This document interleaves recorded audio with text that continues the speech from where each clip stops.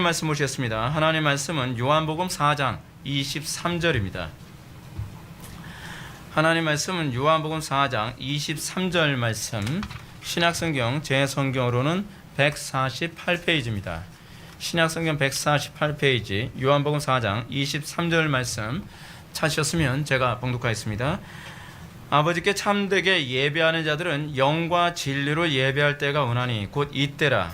아버지께서는 자기에게 이렇게 예배하는 자들을 찾으시느니라. 아멘. 이 시간은 용어 정리 33번째 강의가 되겠습니다. 말씀이라는 제목으로 하나님 말씀 증거하도록 하겠습니다. 말씀. 영어로는 Word of God으로 이렇게 표기해 주시기 바랍니다. 종교개혁의 중요한 구호 가운데 하나가 오직 성경입니다. 오직 성경을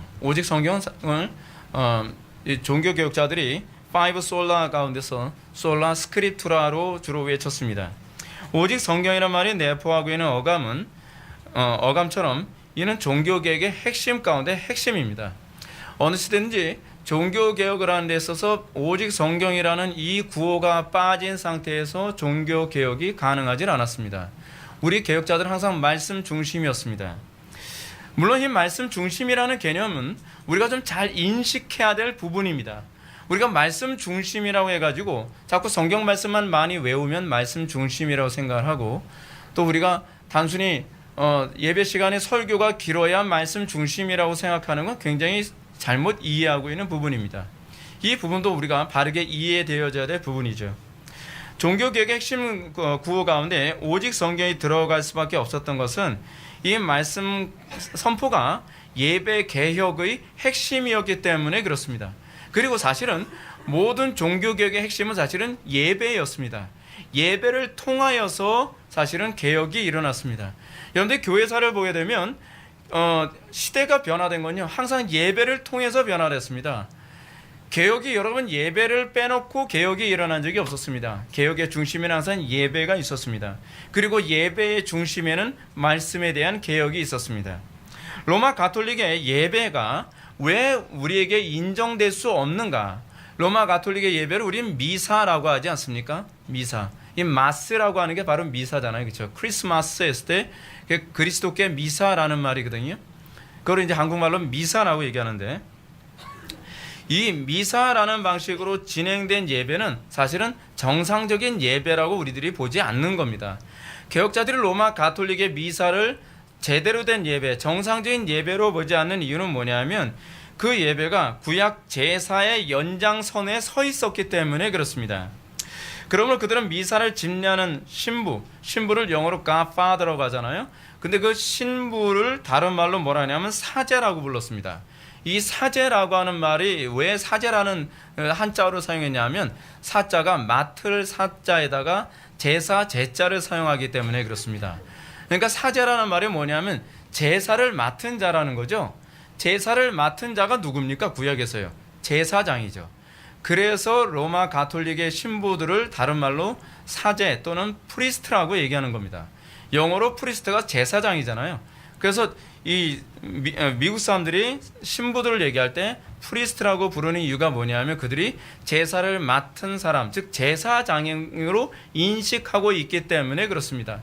그래서 로마 가톨릭의 미사는 그냥 제사예요. 그냥 구약의 제사의 연장선에 있는 것이죠. 가톨릭의 이런 오류는 그들이 구약과 신약의 차이를 잘 구분하지 못하는 데 있습니다. 구약과 신약의 교회를 구분하는 데 중요한 차이점은 복음의 예표와 실제의 차이입니다. 구약의 제사는 오실 메시아를 염두에 두고 제사를 했다고 한다면, 신약의 예배는 오신 메시아를 예배함으로써 우리의 예배가 달라지게 되죠. 그래서 신약의 예배의 핵심이 무엇입니까? 신령과 진정이죠. 오늘 본문에서 우리가 보고 있는 것처럼 신약의 예배의 핵심은 신령과 진정입니다. 신령과 진정, 뒤에서 다시 한번 얘기했지만 영과 진리라는 얘기죠. 신약에 와서는 영과 진리로 예배합니다. 근데 로마 가톨릭은 영과 진리로 예배하지 아니하고 여전히 구약의 제사 방식으로 예배를 해야 된다라고 생각했죠. 로마 가톨릭의 이 제사에는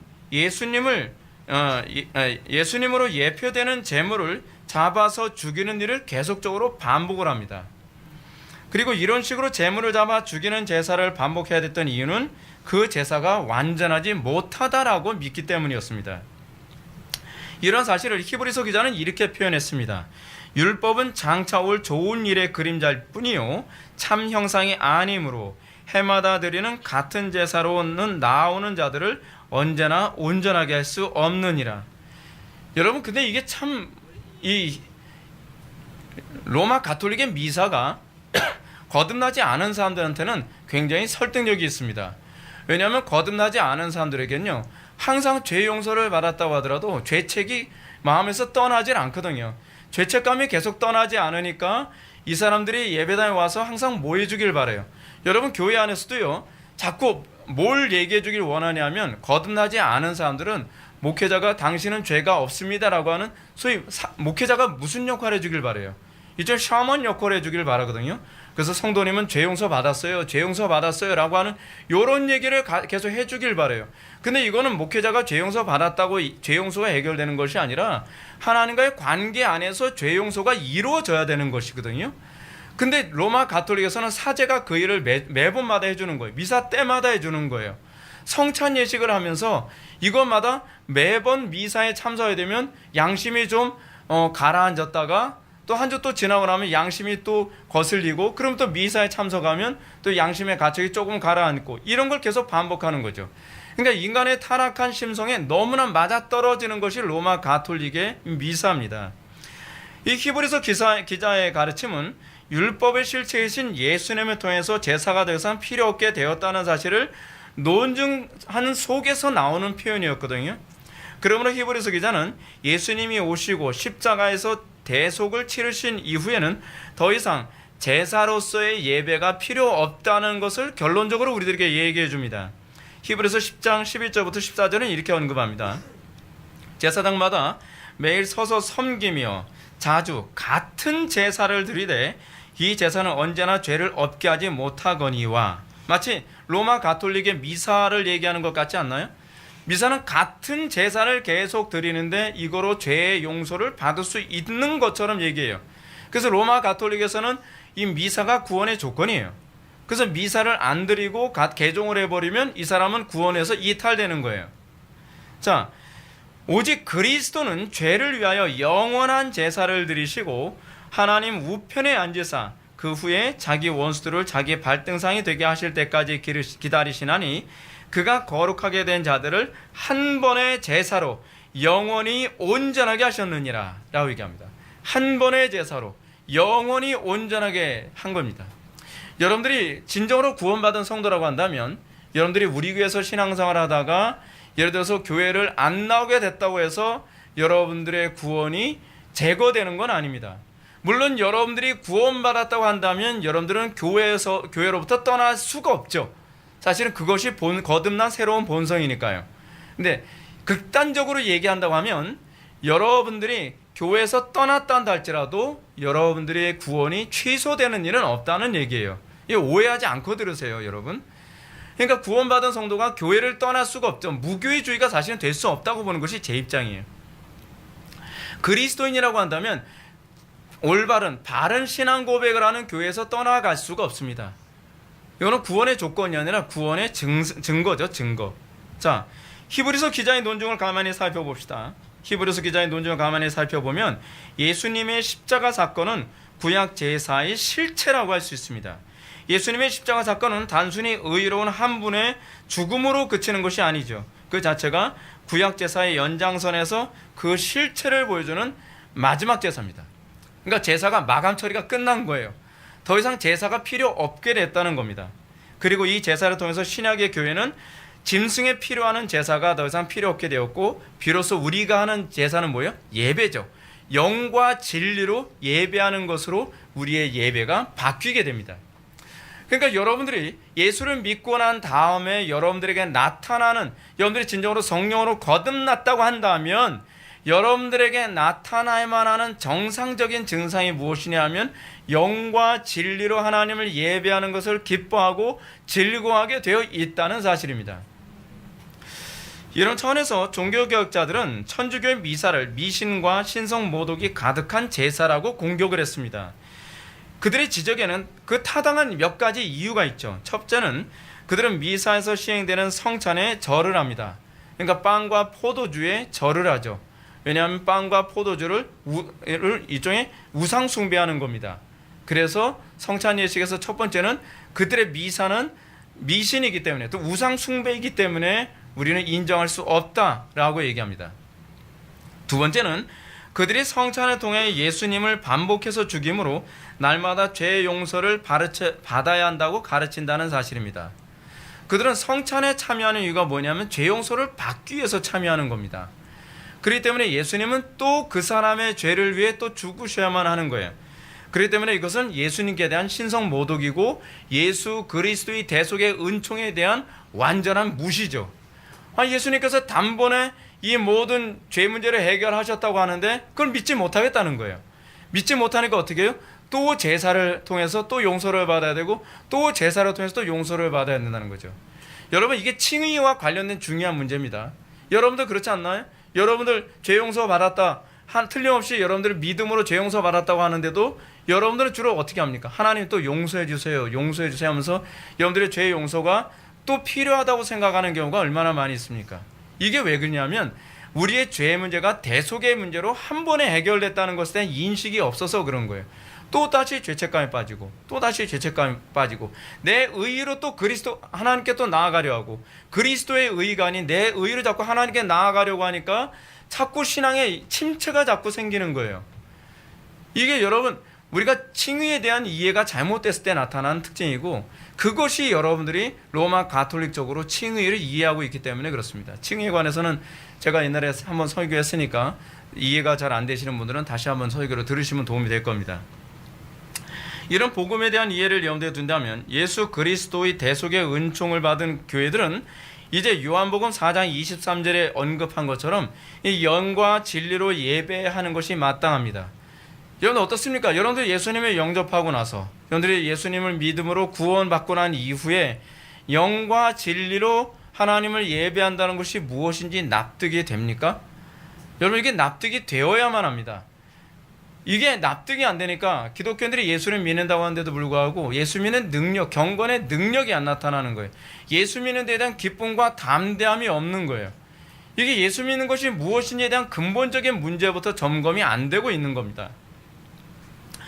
복음을 통해 구원을 받은 교회들의 예배는 반드시 영과 진리로 예배해야만 합니다.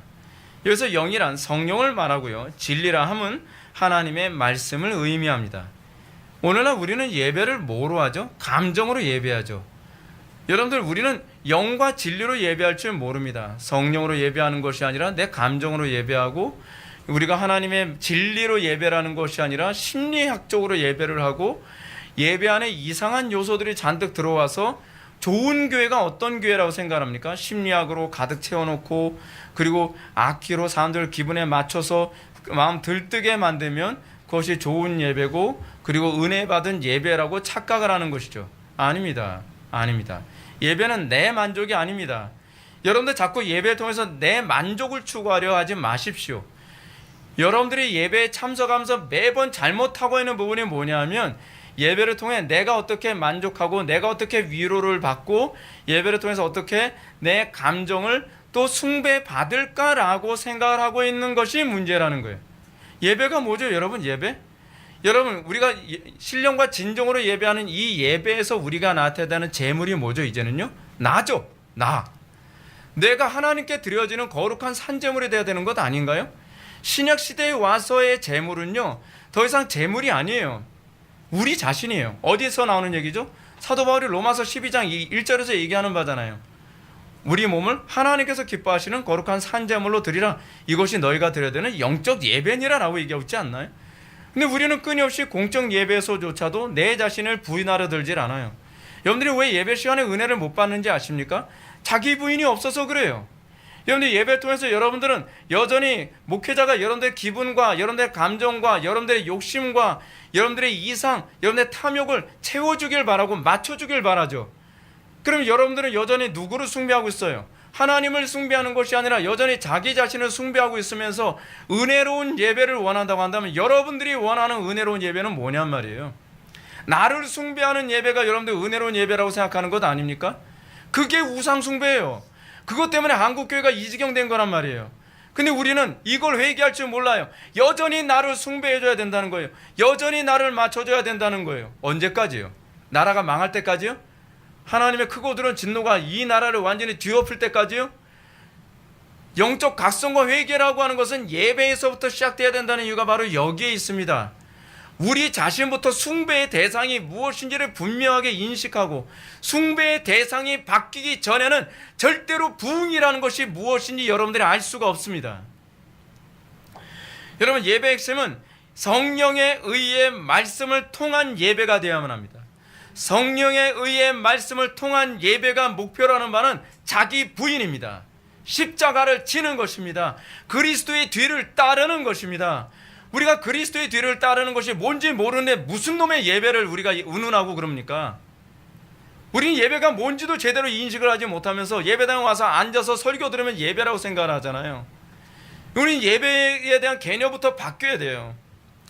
그래서 말씀을 통한 예배가 무엇인가 중요하죠. 단순히 예배 시간에 강단에서 선포되는 말씀만 들으면 영과 진리의 예배가 되는 것이 아닙니다. 오늘 설교 잘 들었으니까 영과 진리의 예배가 됐겠지? 그 얘기가 아니죠.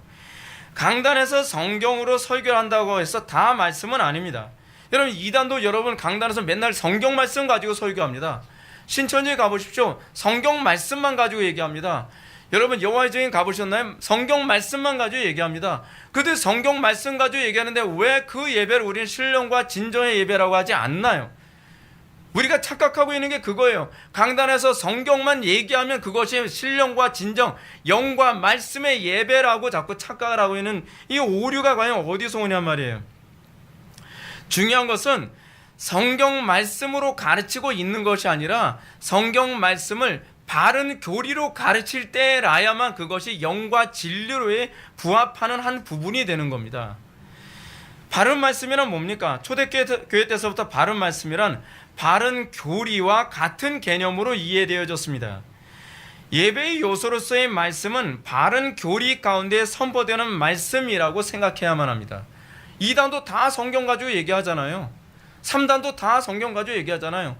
온갖 사이비들도 다 성경 가지고 얘기를 해요. 근데 왜 우리는 그걸 바른 말씀이라고 하지 않나요? 신학적으로 교리적으로 잘못됐기 때문에 그런 것 아닌가요? 그것이 바로 참된 예배가 아니라는 겁니다. 예배로서의 바른 말씀은 바른 교리 가운데 선포되는 말씀이라고 생각해야 합니다. 이렇게 교리 얘기하면 일종의 거부감 느끼는 사람들이 많이 있죠. 아, 교리 딱딱하고 그리고 따분하고 지루한 거 그거 아닌가요? 너무 지적인 거 그런 거 아닌가요? 아니요. 제가 교리에 대해서 제가 이렇게 말씀드리겠습니다. 교리란 성경을 보는 일관적인 태도입니다. 성경을 일관적이게 해석해야 될 게 아니에요. 우리가 성경 해석할 때 가장 심각한 문제가 무엇인지 아십니까? 그 일관성을 성경의 일관성으로 우리가 바라보려 하지 않고 나의 일관성으로 바라보려 한다는 것이 문제입니다.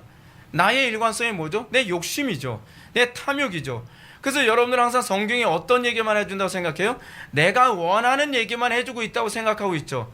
근데 성경은 정반대예요. 여러분들의 본성에 거슬리는 얘기만 하고 있습니다. 근데 어떻게 같은 성경을 가지고 설교하는데 어떤 사람이 설교하면 우리 본성에 거스르는 얘기만 하고 있고 어떤 사람이 설교하면 우리 본성에 착착 이렇게 감기는 설교만 해주죠? 그건 바로 일관성의 문제죠. 전통적으로 우리는 우리의 신앙의 선배들, 초대교회 때서부터 종교개혁 이후까지 전통적인 교회는 하나 성경이 얘기하는 일관성이 무엇인가를 찾았고 그 일관성을 정리한 것을 뭐라고 얘기하냐면 교리, 다른 말로 영어로 도그마라고 얘기한 겁니다. 이 일관성을 통해서 성경이 오류가 없도록 설교하게 만든 것이죠. 성경을 이런 식으로 해석하는 것이 정당하다는 점은 하나님의 불변함이라고 하는 속성과 맞물려 있기 때문에 그렇습니다. 하나님은 변함이 없으십니다. 하나님은 상황에 따라서 이렇게 말씀하시고 저렇게 말씀하시는 분이 아니시라는 거예요. 여러분들 성경을 읽다 보면 하나님께서 어쩔 때는 예정론으로 얘기하시는 것 같고 어쩔 때는 인간의 의지로 구원받는 것처럼 알미난주의로 해석하는 것이 맞는 것처럼 보일 때가 있죠. 어쩔 때는 하나님께서 후회하시는 것도 있는 것 같기도 하고 어쩔 때는 후회 안 하신다고도 얘기를 하고 우리는 성경을 보다 하나님이 일관성이 없는 것처럼 보이지 않나요? 우리는 성경의 상당수의 많은 구절이 소위 인간이 이해할 수 있는 언어로 표현되다 보니까 하나님의 신적인 의미를 잘 이해하기 어렵게 기록된 부분이 상당히 많이 있습니다. 근데 우리는 성경을 보면서 하나님이 변함이 없는 분이시라는 그 속성을 염두에 두고 성경을 본다고 한다면 우리는 성경을 어떻게 일관성 있게 해석할 것인가에 관해서 고민해야 되겠죠. 왜 그렇게 우리는 고민하면서 성경을 해석합니까? 그것은 하나님의 속성이 변함이 없으심이라고 하는 그 속성 때문에 그래요. 그래서 그 변함이 없으신 하나님의 속성이라는 관점으로 성경 해석하다 보니까 그 일관성에서 나온 것이 바로 교리입니다. 그러므로 교리는 이런 하나님의 불변성을 염두에 두고 성경 전체를 하나의 통일성으로 해석하려는 태도를 의미해요. 이런 태도를 통해서 우리는 다양한 사건과 흐름 속에서 하나님께서 놀라운 일관성을 가지고 있다는 것을 발견하게 됩니다. 성경은 하나님께서 어떤 상황에서도 당신의 일관성 있는 사랑과 공의로우심과 선하심과 자비로우심, 긍휼 여기심, 지혜로우심, 이것에 타협이 없으신 분이라는 걸 보게 돼요. 하나님이 얼마나 그 공의로우심에 있어서 철저한지 알 수 있어요.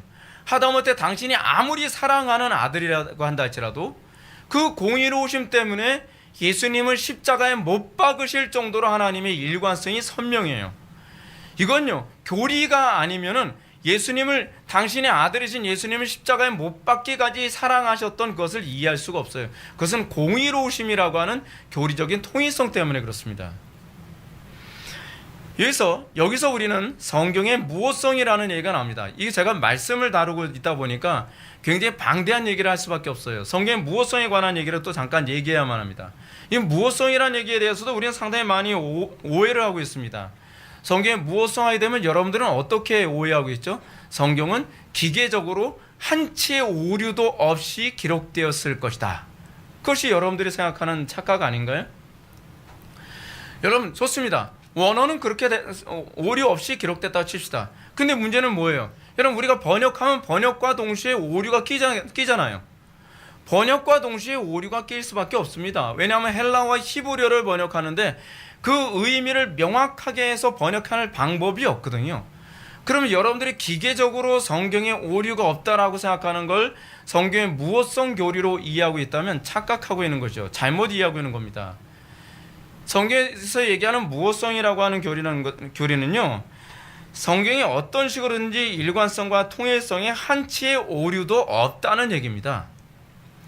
간혹 사람들은 예수님께서 겨자씨는 땅의 모든 씨보다 가장 작은 것이로 돼 라고 한 이 마태복음 4장 31절 말씀 가지고 자 봐라, 성경 오류가 있지 않냐, 가장 작은 씨가 겨자씨가 아니다, 뭐 이런 식으로 공격을 합니다.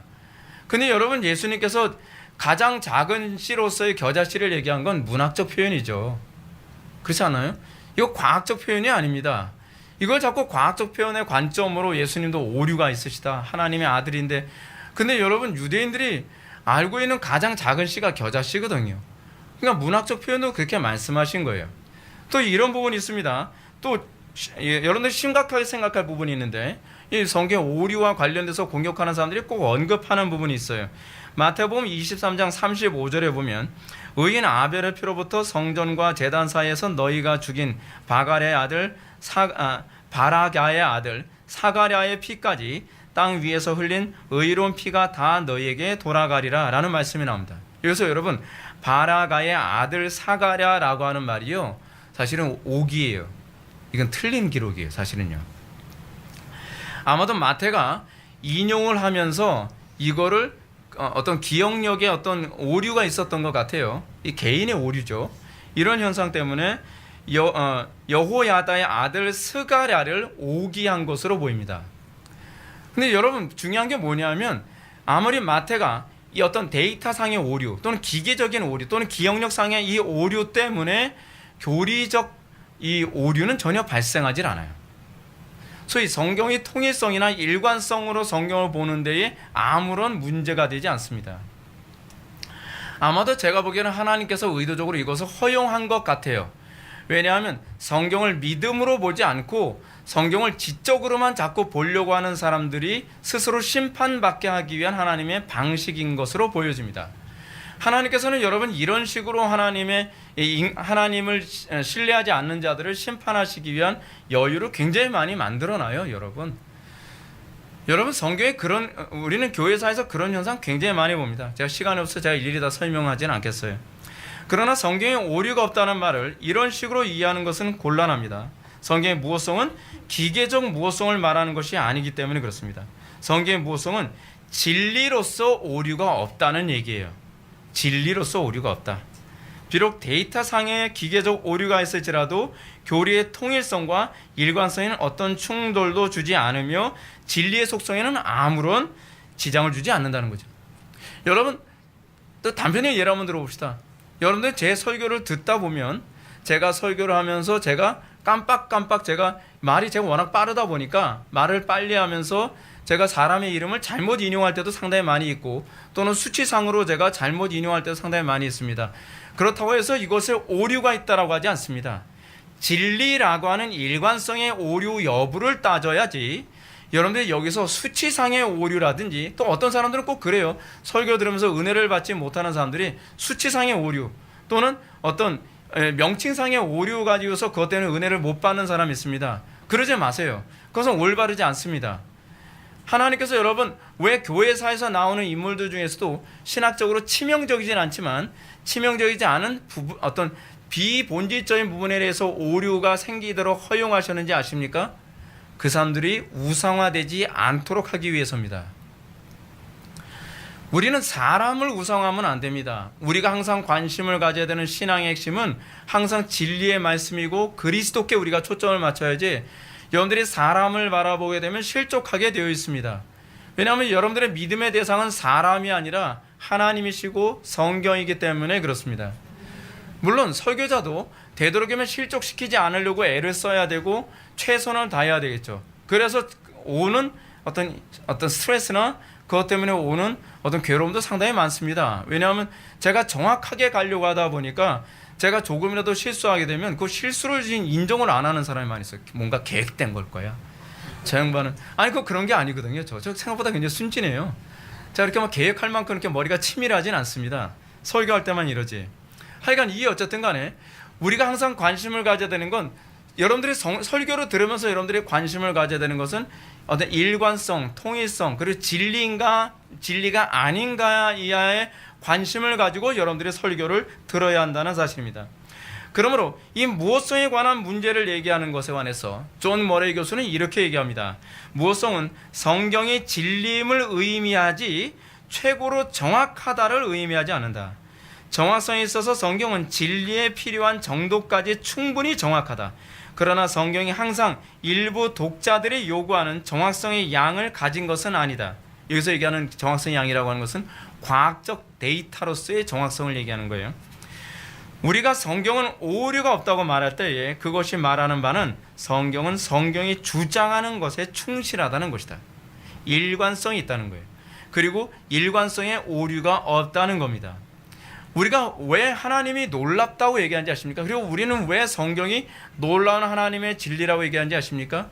성경이 수천 년 동안에 기록되어 있고 40여 명의 저자에 의해서 성경이 기록됐음에도 불구하고 성경의 일관성에는 전혀 오류가 없어요. 하나님의 예정론을 설명할 때도 어떤 성경을 가지고 설명해도 하나님의 예정론을 설명하는데 오류가 안 생겨요.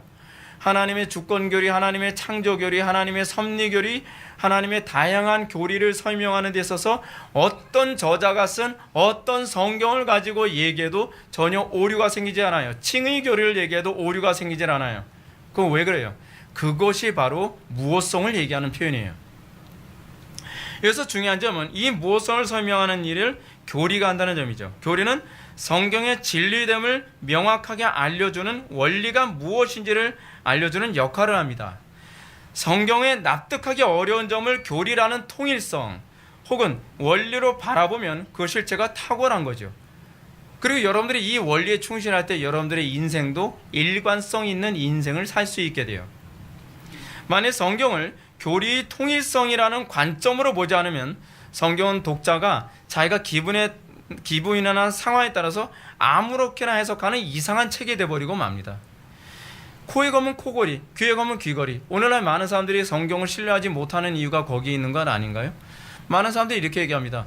목사님, 똑같은 성경 본문 가지고 설교하는데 저 목사님이 설교할 때하고 목사님이 설교할 때하고 다르던데요? 이렇게 하면 여러분들 어떻게 성경을 신뢰할 수 있나요?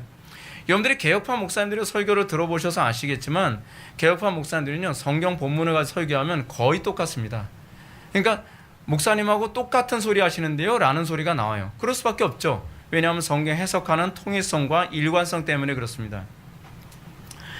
이 부분이 제대로 되지 않으면 성경의 권위는 땅바닥에 추락해버리고 맙니다. 실제로 오늘날 성경이 오류 없는 하나님의 말씀이라는 절대적 권위가 떨어진 이유가 바로 여기에 있습니다. 성경에 있는 사람들이 아무런 일관성이나 통일성 없이 자기 주관에 의해서 아무렇게나 해석하는 데 문제가 생기는 거죠. 성경을 자기 주관에서 해석하다 보니까 성경대로 산다고 하면서도 삶에 심각한 오류가 생기는 겁니다. 마치 이거와 같습니다. 공학기계는 아무런 문제가 없어요.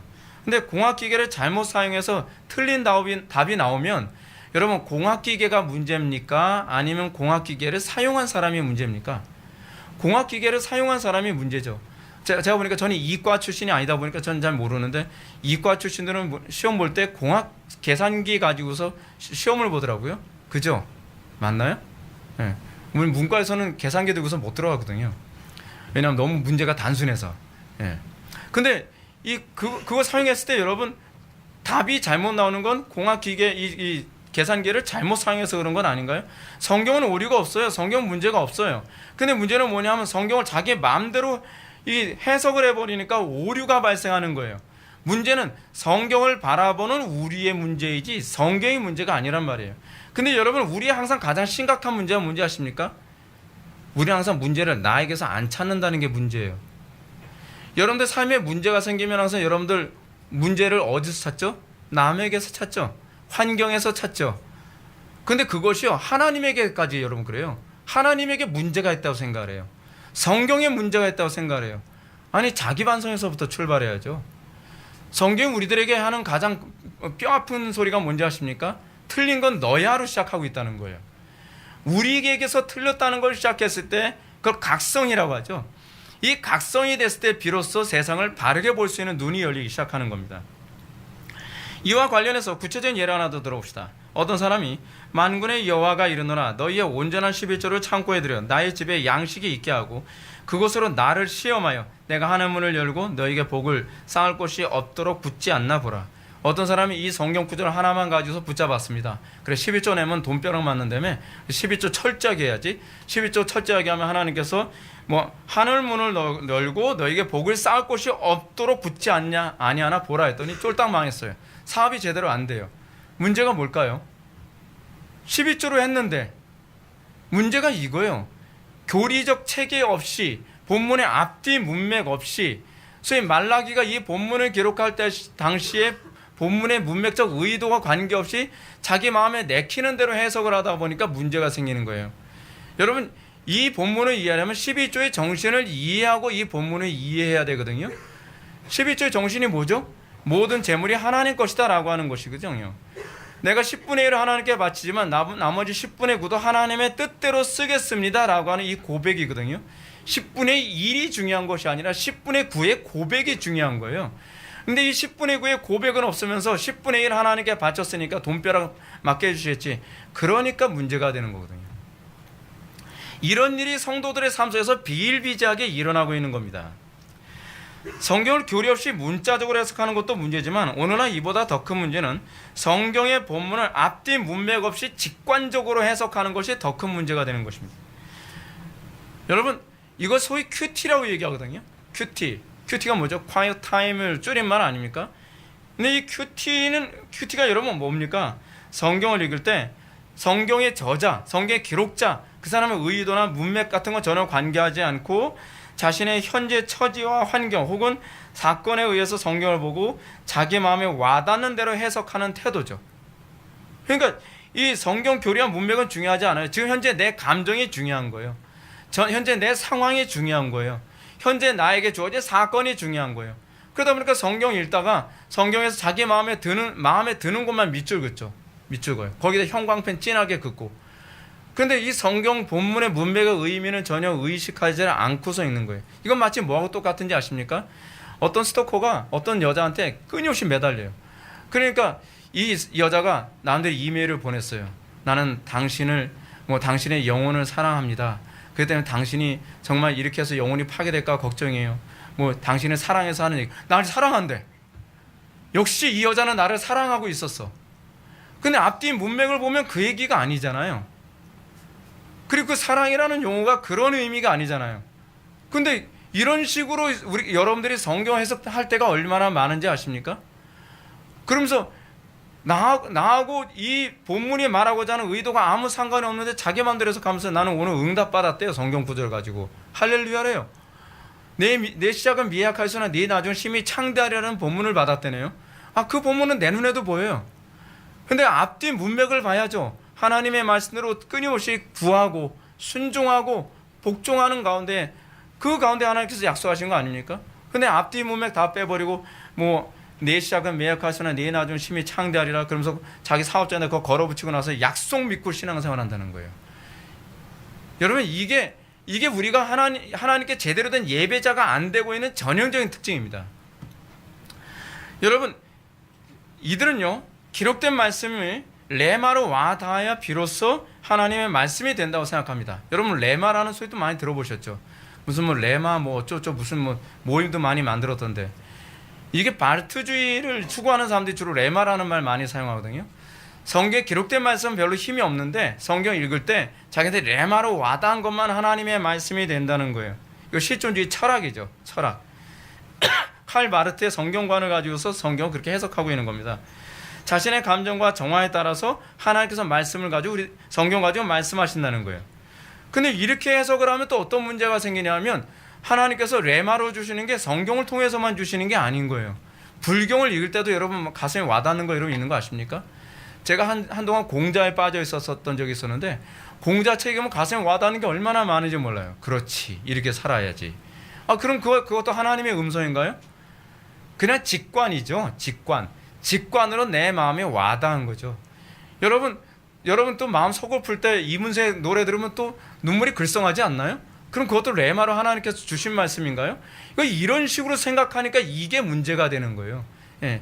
옛날에 제가 고등학교 때 좋아했던 그 이문세 광화문 연가 들으면 레마로 와닿네? 이런 식으로 이해하면 곤란한 거예요, 여러분.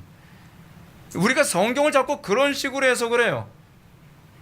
성경의 전반적인 문맥, 하나님께서 냉정하게 하나님께서 이 어떤 정황에서 이 말씀을 기록하셨는가에 관한 생각이 없는 거죠. 이것 때문에 결국 어떻게 돼요? 종교 통합까지 일어나는 거예요. 하나님께서는 성경을 통해서만 말씀하시는 것이 아니라 다른 이방 종교의 경전을 통해서도 말씀하신다. 그렇게 되는 거죠. 그렇게 되는 겁니다. 이제 우리는 여기서 예배와 관련해서 말씀의 선포에 대해 구체적으로 생각해 봅시다.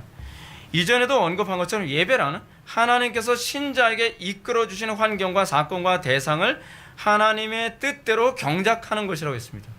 여러분들은 각자가 경작자죠. 강단에서 선포된 말씀은 하나님의 뜻을 알려주십니다. 여러분들 삶 속에 일어난 수많은 사건들에 대해서 어떻게 경작해야 될지 하나님께서 가르쳐 주시죠. 그러면 여러분들은 그 말씀을 듣고 어떻게 반응해야 되죠? 믿고 순종하고 삶 속에서 이제는 그 말씀대로 준행하며 열매를 맺는 일을 해야 되겠죠.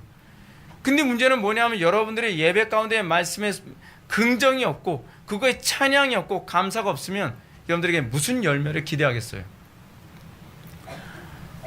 여러분들 이 예배가 왜 중요한지 잘 아셔야 돼요.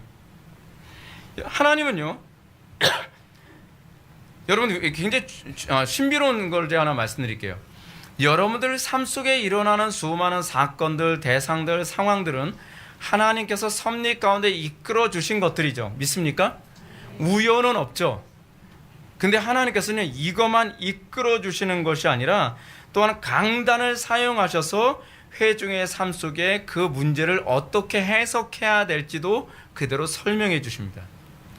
하나님께서는 환경만 이끌어 주시는 것이 아니라 강단도 사용하십니다. 환경과 강단을 동시에 사용하셔서 성도들로 하여금 그의 삶의 모든 영역을 정확하게 바르게 그분의 뜻대로 경작할 수 있도록 하시는 거예요. 여러분의 삶 속에 일어나는 사건은 하나도 우연이 없습니다.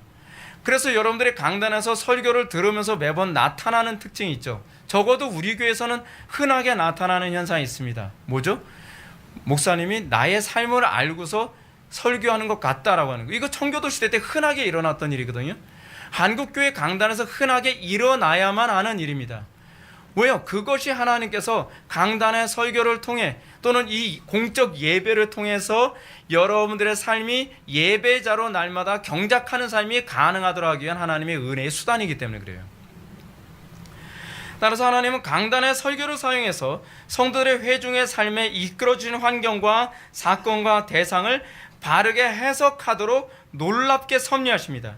신자들에게 주신 환경만 하나님께서 주신 것이 아니라 강단의 설교도 하나님의 주권 아래 주어지는 것입니다. 신자들은 매 시간마다 선포되는 강단의 설교를 통해 예배자의 삶이 가능하도록 하나님께서 도우시죠. 물론 이를 통해 설교자는 기본적으로 성경을 바르게 해석할 수 있는 지적 기능을 담지하고 있어야만 합니다. 제가 하는 소리가 아니라 칼빈이 하는 소리입니다. 그러나 지적 기능만으로는 부족합니다. 설교자의 설교는 사람의 지혜로만 가르치는 것이 되지 않도록 해야만 합니다. 사도 바울이 이렇게 얘기하죠. 사람의 지혜가 가르친 말로 아니하고 오직 성령께서 가르친 것으로 해야 한다. 칼빈이 이렇게 얘기한 것처럼 강단의 설교는 지적인 것으로가 아니라 하나님께서 직접 말씀하시도록 성령의 능력을 의존해야만 합니다. 이를 위해 설교자는 규칙적으로 기도와 말씀 연구에 힘써야 하고요. 강단에 올라가기 전에 설교자는 복음이 말로만 이룬 것이 아니라 또한 성령과 능력과 성령과 큰 확신으로 되는 것이 되도록 하기 위해 최소한 1시간 이상의 기도는 강단에 올라가기 전에 꼭 해야 된다고 저는 생각을 합니다. 청교도들은 그렇게 기도를 했어요. 로이드 존스 목사님도 목사와 설교에서 자기는 강단에 올라가기 전에 1시간 이상은 반드시 기도하고 선다고 그랬습니다. 왜냐하면 강단에서의 설교는 성도들이 삶 속에서 소위 예배자로 경작 활동을 하게 하기 위해서 돕는 그 중요한 역할을 하기 때문에 그래요. 그래서 강단의 설교자는 설교자가 돼서는 안 되고요. 바로 성령님이 설교자가 되도록 해야만 합니다. 그래서 많은 기도가 필요합니다. 그래서 성령의 감동이 필요합니다. 이렇게 심도 있게 성경 연구와 성령의 가르치심으로 강단에서 설교할 때 회중들은 그 말씀이 사람의 음성이 아니라 하나님의 음성으로 들리는 은총이 또한 임하고 또는 그것이 임하도록 성도들은 기도해야만 합니다. 여러분들이 정말 삶 속에서 예배자로 살기 정말 원하신다고 한다면, 여러분들 삶의 모든 영역을 하나님께서 기뻐하시는 거룩한 뜻대로 경작하는 삶을 살기를 원하신다고 한다면 여러분들 예배 한 번도 대충 해서는 안 됩니다. 예배를 소홀히 해서는 안 됩니다. 제가 여러분들이 공적 예배에서 승리하지 못하는 사람들의 삶을 별로 기대하지 않는 이유가 바로 거기에 있습니다. 공적 예배 가운데서 하나님의 말씀에 대한 찬양이 없는데 어떻게 삶 속에서 여러분들이 아름다운 환경을, 아름다운 삶을 경작한다고 뭐로 제가 기대하겠습니까? 그렇지 않아요? 하나님의 말씀에 대해서 여러분들이 기쁨으로, 감사로, 찬양으로 여러분들이 받아들여도 삶의 영역에서 경작하는 것이 될까 말까 하는 상황인데, 그런데 하나님의 말씀을 긍정하지 않고 하나님의 말씀을 기쁨과 감사로 받지 않는 상황에서 여러분들 삶에 주어진 수많은 가시밭과 같은 그 환경을 어떻게 아름다운 에덴 동산으로 경작한다고 뭐로 확신할 수 있냔 말이에요. 여러분들이 어떤 존재인지 아셔야 돼요. 그냥 세월만 때우다가 천당만 가길 기다리는 존재들이 아니란 말이에요. 우리는 경작자로 부름받은 존재예요. 여러분들 한 사람 한 사람 통해서 여러분들의 가정이 천당이 되게 하기 위해 여러분들은 날마다 자기를 부인하고 십자가를 지며 날마다 여러분들이 이 예배자의 삶을 살아가는 삶을 살아가야 된다는 것이죠. 우리는 그걸 위해서 부름받은 존재예요. 그래서 너희는 세상의 소금이다, 너희는 세상의 빛이다 라고 부름받는 이유가 바로 그래서 그런 것입니다.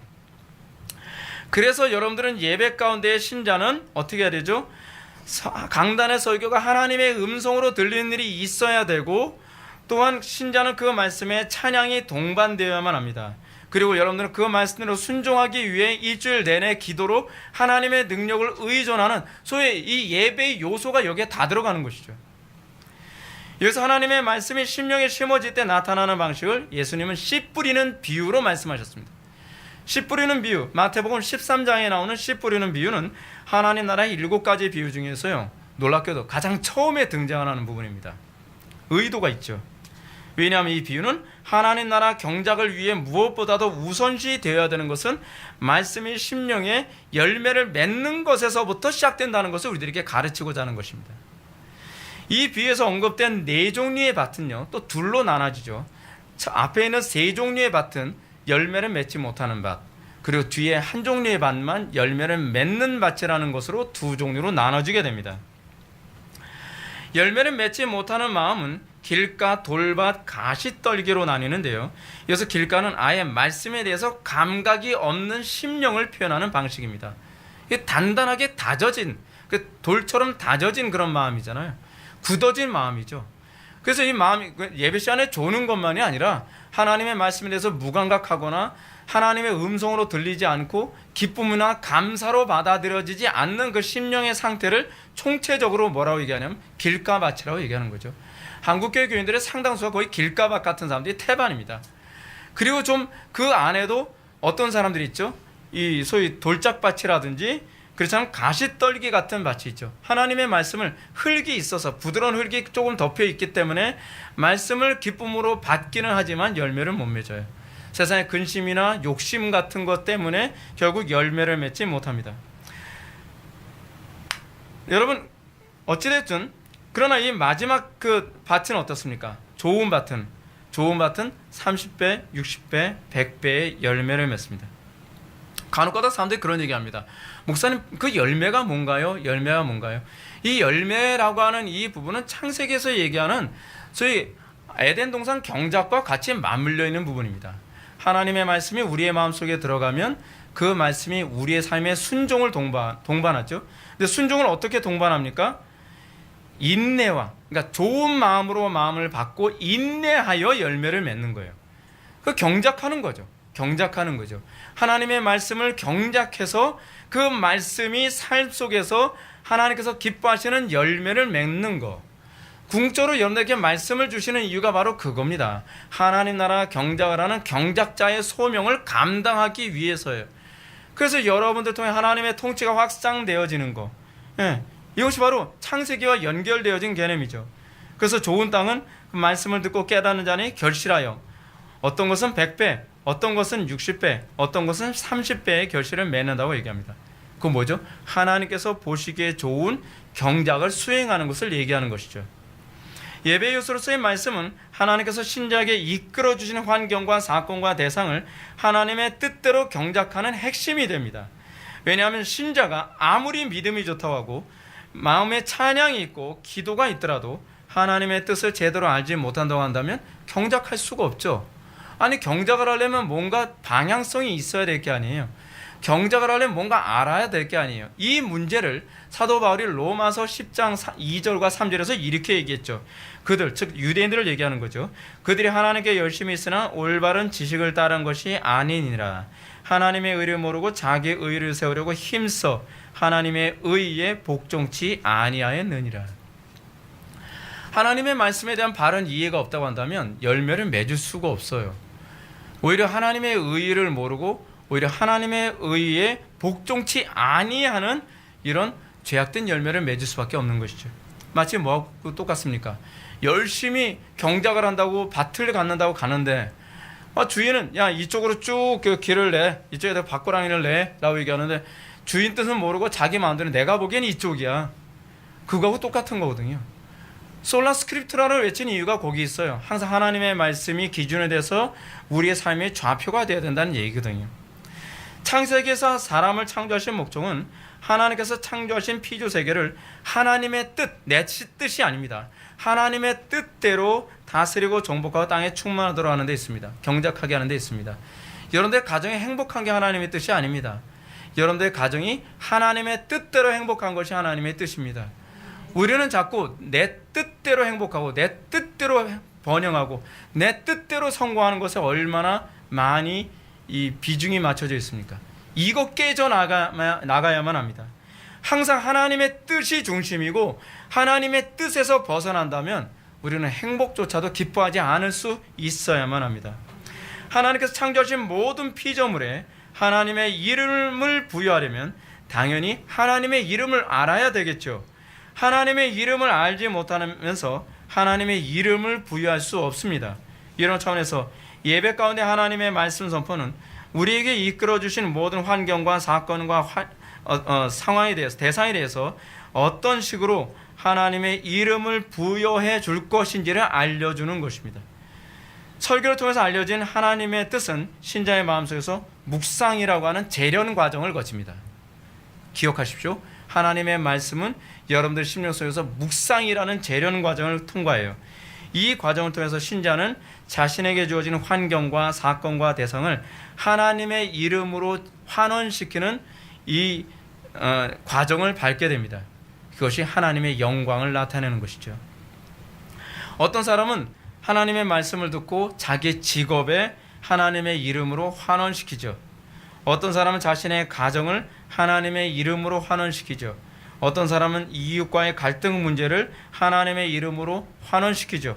어떤 사람은 삶의 문제를 하나님의 이름으로 환원시킵니다. 어떤 사람은 자신의 예수적 기능을 하나님의 이름으로 환원시키죠. 우리는 끊임없이 그 환원시키는 과정 가운데 있습니다. 목사가 일일이 다 해주지 못합니다.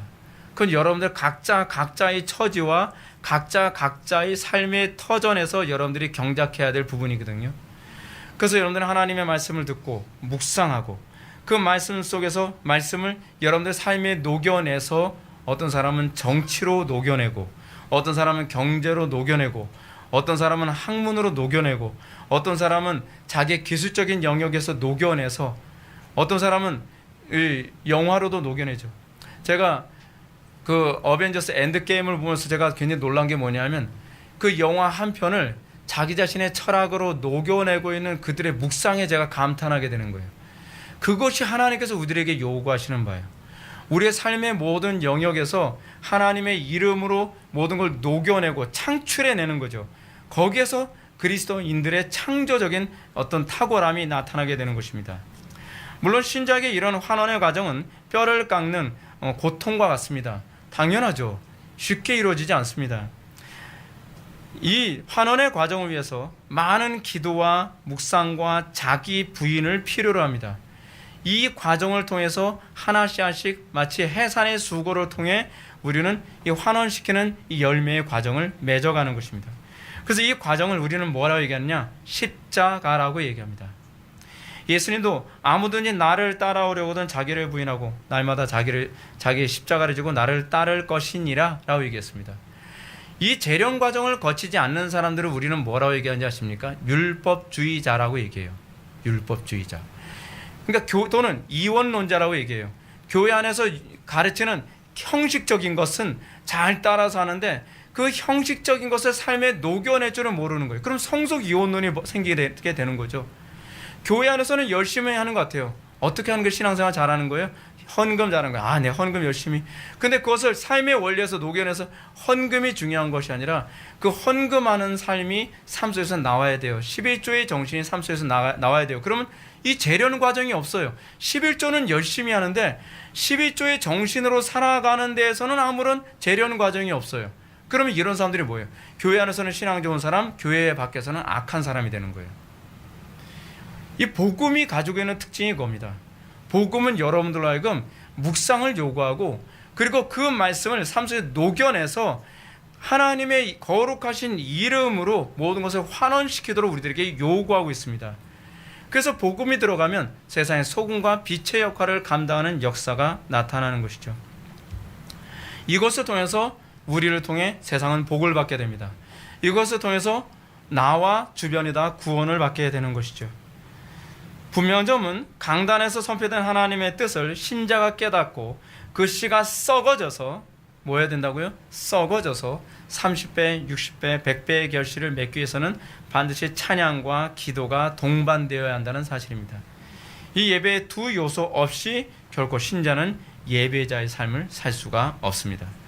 예배 요소로서의 말씀을 한번 정의하겠습니다. 예배 요소로서의 말씀은 하나님 나라 경작을 위해 하나님의 뜻을 분명히 알게 되는 것이다. 기도하시겠습니다. 사랑이 많으신 하나님, 우리가 오늘 이 시간 예배의 요소로서의 말씀이 왜 중요한지, 그리고 개혁자들이 왜 오직 성경을 외쳤어야만 했는지를 다시 한번 우리가 깨닫게 해주심을 감사드립니다. 하나님의 말씀을 듣는 것으로 그치지 않게 하여 주시고 하나님 우리의 마음속에 그 말씀을 녹여낼 수 있는 열정과 사랑을 허락하여 주시사 이 말씀을 우리 삶 속에 녹여내서 하나님의 영광이 선명하게 드러낼 수 있도록 은혜 베풀어 주옵소서. 예수님의 거룩하신 이름으로 기도올려옵나이다. 아멘.